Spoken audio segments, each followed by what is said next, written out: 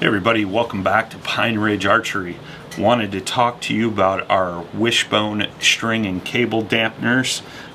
They come in multiple different sizes of packages. Most folks will order a 4-pack because that's perfect for setting up your own bow. This is an easy install that you could do at home or anywhere.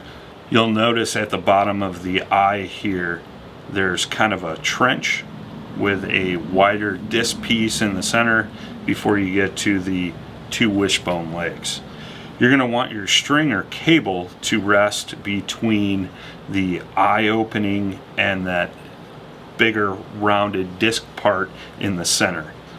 So basically what you're going to do, or what I like to do, is start with it in place on our string or cable, and you're going to slide the two legs through that hole opening enough to where you can grab the two legs with your fingers, kind of squeezing in place. You're going to pull those through, and you want to keep pulling until you get that disc portion through the eye opening,